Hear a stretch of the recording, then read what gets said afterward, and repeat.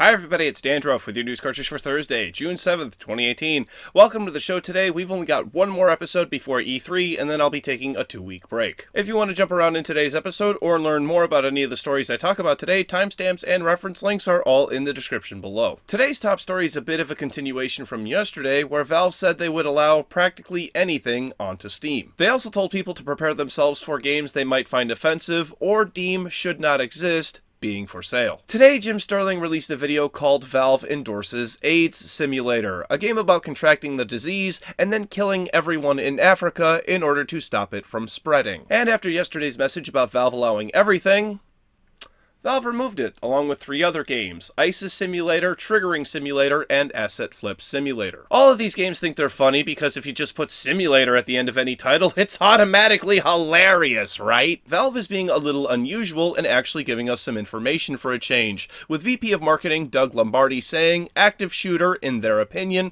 was a troll game, designed to do nothing but generate outrage and cause conflict through its existence. Apparently this was in addition to the game being involved with Berdiev, and even though it took a few days, it's good to know that Valve is acting with some discretion. Most of you don't have to guess that I agree with this decision, but not because an awful game with an awful premise is no longer available for sale, but because Valve is actually doing something about the trash put up on their store. For those of you in the comment section who want to talk about free market this or free market that, then this is how the free market works. Valve is free to sell or not sell whatever products they wish. And for the one guy who didn't get my Walmart analogy, think about it like this.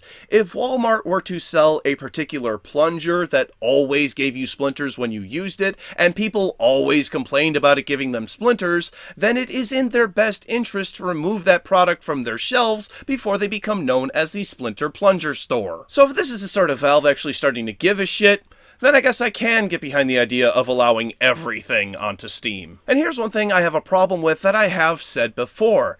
Valve is a private company, free to sell or not sell whatever products they wish. So when they remove a game like AIDS Simulator, as they have done here for no other reason than it being AIDS Simulator, and people have a problem with that, then they aren't really supporting Valve's rights to sell what products they want. They only seem to want to support that right when Valve is selling a game that makes people upset. And I think it's fair to say that they don't actually care about good games being on Steam, they just care about making people upset. So I'm gonna go back to playing non-asset flip games now, because regardless of what you think, both Active Shooter and AIDS Simulator are asset flips, and both can go fuck right off on that principle alone. On to release announcements with the reveal of Hitman 2. After a few leaks, IO Interactive couldn't keep the lid on it anymore, so they just went ahead and revealed it with the release date of November 13th for PC, PS4, and Xbox One. The PS4 exclusive Days Gone revealed its release date today, coming in on February 22nd, 2019. And then here we have Paladins from Hi-Rez Studios coming to Nintendo Switch next week on June 12th. Finally, we have a delay of a game that has been already delayed time and time again, Crackdown 3, after just a few days ago the dev reminded everyone that they were still making the game. Microsoft appears to be taking lessons from Valve when it comes to games with the number 3 in them. Wait, no, Crackdown 3 is confirmed. Moving on from there, for the second time, the testing for the new Sanhok map for PUBG has been extended. It will now run all weekend until Monday, June 11th. By the way, I've been thinking about it. Is it pronounced Sanhok as I've been saying it, or Sanhok?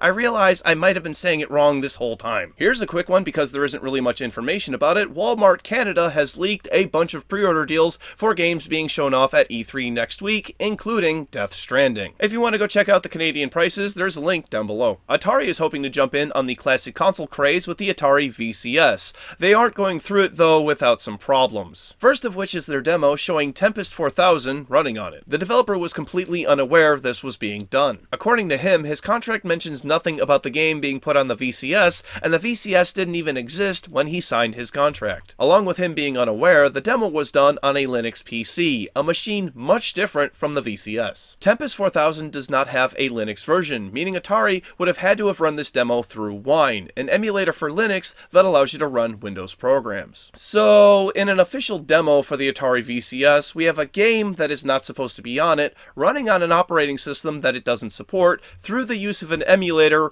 running on a machine that is not the Atari VCS. Good job, Atari! I'm looking forward to playing Tempest 4000 in Wine now for cheaper than your console would cost. Next up, ever wanted a web installer for your DRM-free games? Well, now you have it. GOG just rolled out web installers, making your download sizes smaller for your games, and unlike GOG Connect, I am sure this one is new. The offline installers are still available, but renamed to offline backup game installers and moved from a drop-down menu to the second option for downloading, making it easier to do from the site rather than GOG Galaxy. The web installers will still require GOG Galaxy, but this is much easier. Another quick one before the final today, Rockstar is following the trend of other developers and releasing a collector's box of Red Dead Redemption 2 without a game included. I think there is both a positive and negative to these boxes because it comes with the stigma of not having the game included for a video game, which doesn't really make much sense. But it allows gamers to buy the extra goodies after they've played the game, at which point buying the fancy set with the game included would just be a waste. So I'm kind of torn on how I feel about these. Leave your thoughts on collector's boxes that don't contain games in the comments down below. Finally today, we are going to talk about one of our favorite companies, Konami, No, sorry, force a habit. Let's try this again.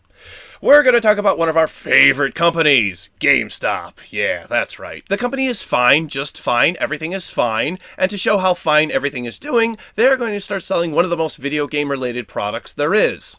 Comic books. After seeing success with adding figurines and collectibles to their catalog, this was their next natural progression. They are going to be running a trial for now in 20 GameStop and 20 ThinkGeek stores, and have plans to go to every location that they manage to still have open. Once upon a time, it was time for tomorrow's game releases. For PC, Oval and Skinscape. For Xbox One, Mille Noir. For Nintendo Switch, Sushi Striker, The Way of Sushido. Legendary 11. Operation Hardcore, Slime Sand Super Slime Edition, and One Strike. For Nintendo 3DS, Sushi Striker, The Way of Sushido.